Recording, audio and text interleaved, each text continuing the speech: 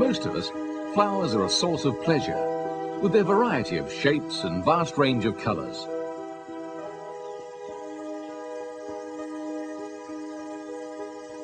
They're used to brighten our homes and gardens. And their bright blooms also bring colour to our city streets.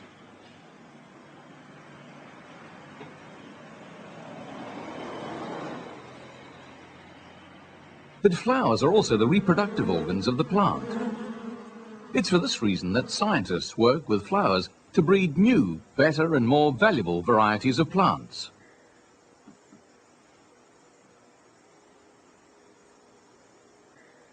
A flower is therefore not just decorative, but plays an important part in plant reproduction.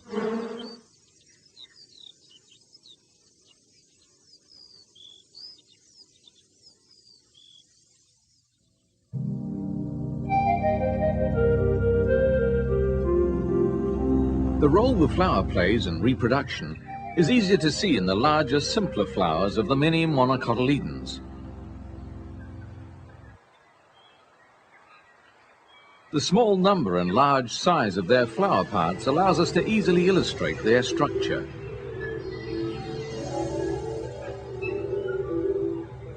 Each flower has 3 sepals, which overlap 3 petals. Inside the petals there are 6 stamens that produce pollen. Each stamen is attached to the flower by a filament.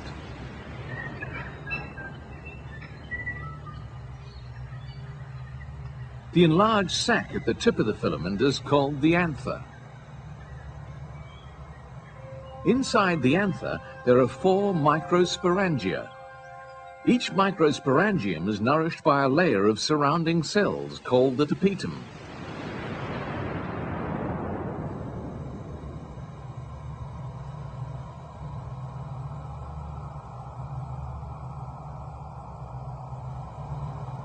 A microsporangium consists of diploid sporocyte cells.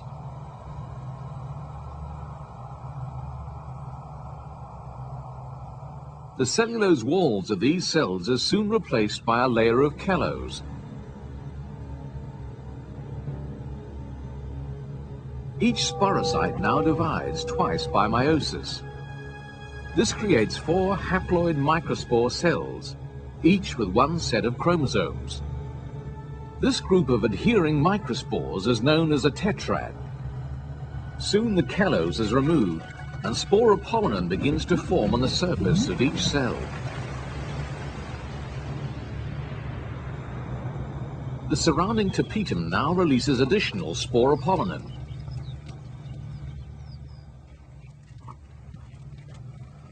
One area of each wall, the sulcus, remains smooth, receiving very little sporopollen.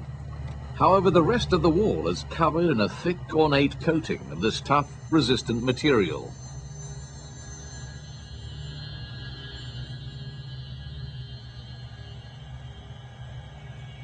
Each microspore nucleus now divides by mitosis.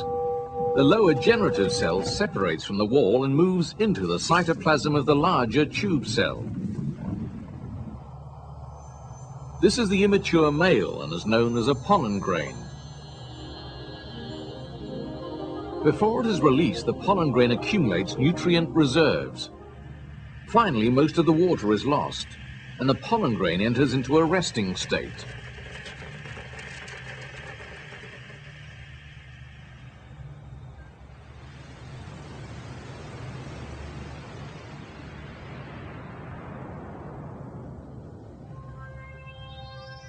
Before the anther releases the pollen, the cells beneath the epidermis develop thickened walls.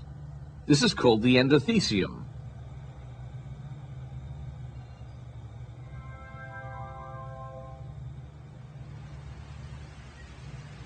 When the pollen and the anther mature and dry out, the endothecium shrinks.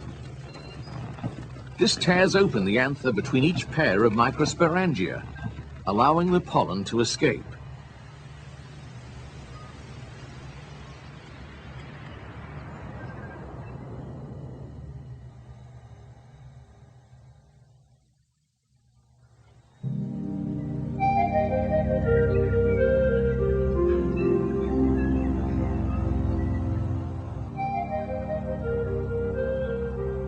At the center of the flower, there are 3 carpels. At the base of each carpel, there is an enlarged ovary. A slender style extends from the ovary. And at the tip of the style, there is a stigma. The 3 carpels are fused together, forming one stigma and a style with a central canal.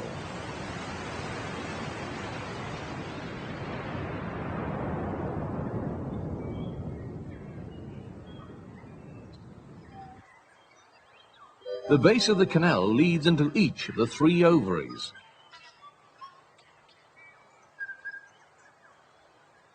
In the young carpels, small outgrowths appear on the ovary wall. Each of these is a megasporangium. 2 layers of cells, the integuments, grow over the megasporangium. A small pore, the micropyle, is the only area that remains uncovered by the integuments. This entire structure is called an ovule.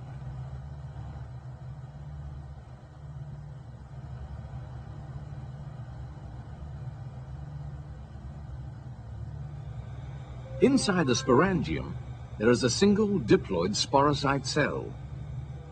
The diploid sporocyte divides by meiosis to form 4 haploid nuclei, each with one set of chromosomes.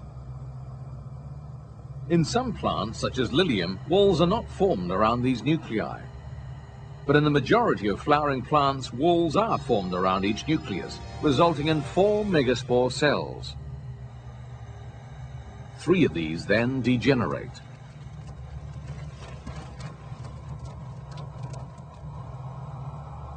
The surviving spore enlarges, and the nucleus divides 3 times, yielding 8 haploid nuclei. 2 of these nuclei move towards the center. These are known as the polar nuclei. 7 cells now form. At the micropylar end, there is an egg cell and 2 synergid cells. In the middle, there is a central cell containing the 2 polar nuclei. Above this, the remaining nuclei form 3 antipodal cells. This is the female gametophyte, also known as the embryo sac. This is contained within the megasporangium, which is covered by the integuments of the ovule. The ovule, in turn, is surrounded by the carpel.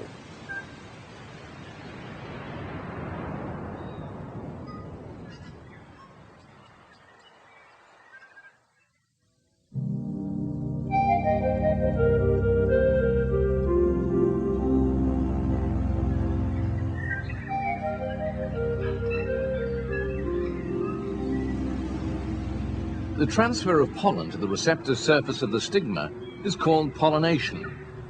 This happens by various means, such as wind, insects, or other animals.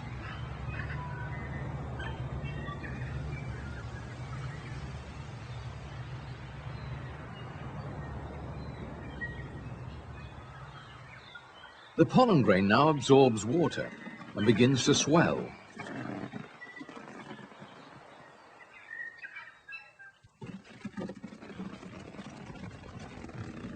A pollen tube soon emerges containing the tube nucleus and the generative cell. The generative cell divides to form 2 sperm cells.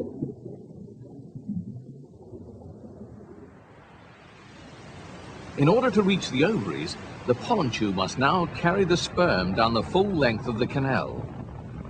It does this by first growing through the stigma to reach the surface of the canal directly below. Here it grows along the moist transmitting tissue, which serves as a path to the ovary.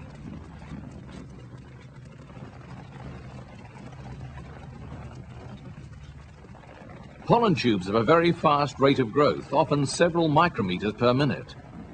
This growth is localized at its tip.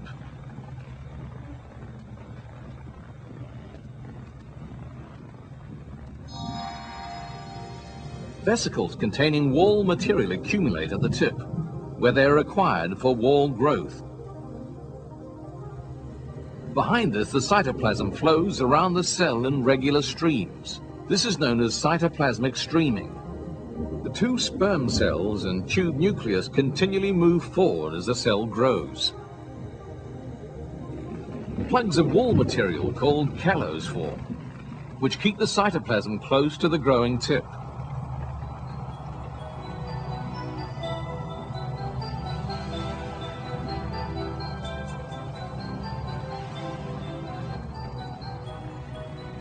When the pollen tube reaches the base of the style, it grows into one of the 3 ovaries.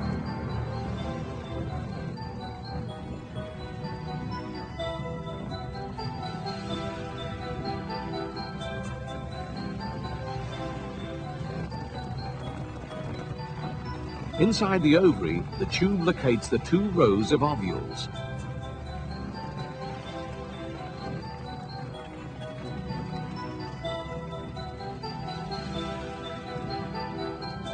Approaching an ovule, the pollen tube grows into the micropyle, where it penetrates the megasporangium.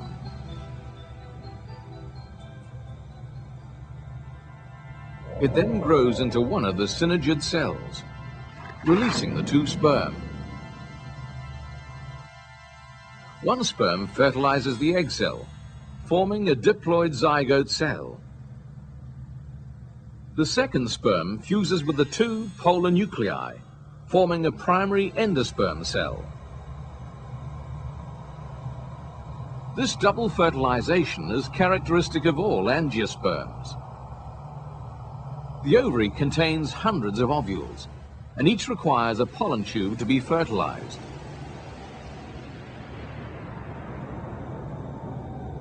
To accomplish this, the style supports the growth of a large number of pollen tubes.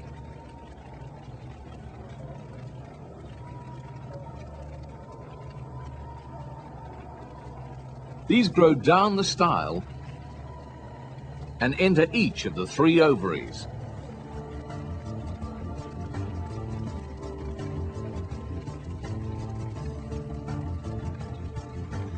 When the pollen tubes enter an ovary, they each locate and fertilize an ovule.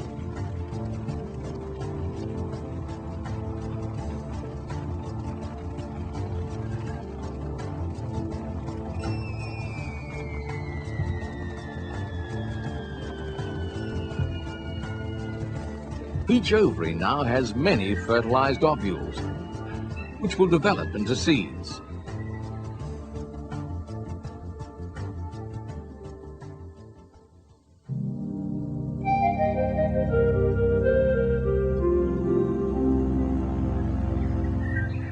After the ovules are fertilized, the flower undergoes several changes. Many parts begin to wither. Eventually, these parts are shed. Only the ovary remains healthy and firmly attached to the stem. Inside the ovary, the ovules are now about to undergo many changes. Each ovule contains 2 fertilized cells. The nucleus of the primary endosperm cell begins to divide to form endosperm tissue with no cell walls. The zygote divides, forming a large basal cell and a small apical cell. The basal cell produces a chain of cells called a suspensor, and the apical cell gives rise to an embryo. The suspensor now begins to transport nutrients into the young embryo. In monocotyledons, a single seed leaf or cotyledon forms.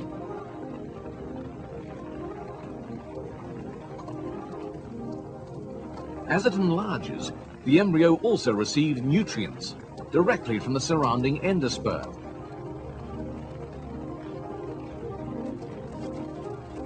During this time, walls slowly form within the endosperm tissue. A tiny shoot tip forms on one side of the embryo.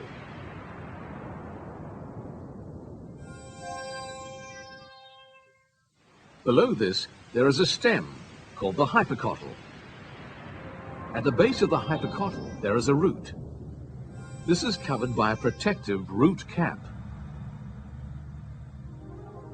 In most monocotyledons, nutrients now begin to accumulate within the endosperm. When nutrient accumulation is complete, much of the water is removed, and the embryo enters a state of dormancy.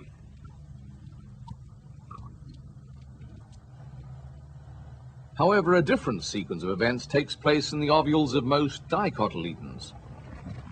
In these ovules, the growing seed leaves accumulate nutrients and absorb all of the endosperm.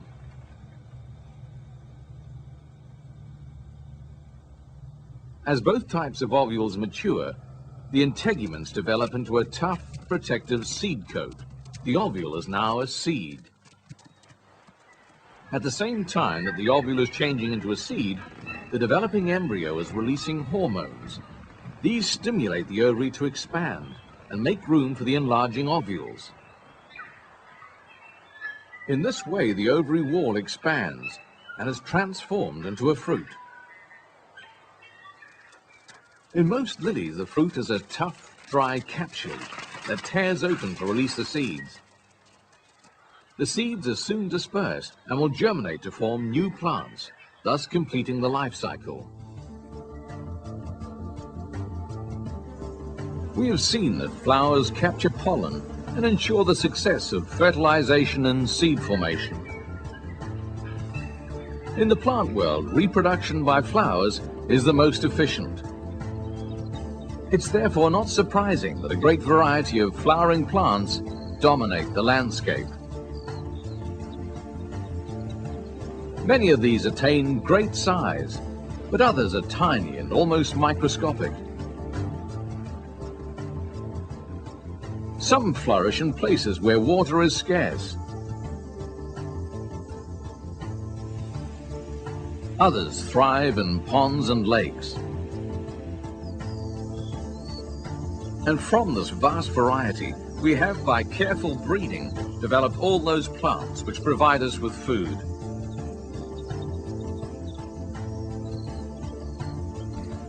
With the great variety of flowering plants, the world in which we live is indeed a very colorful place.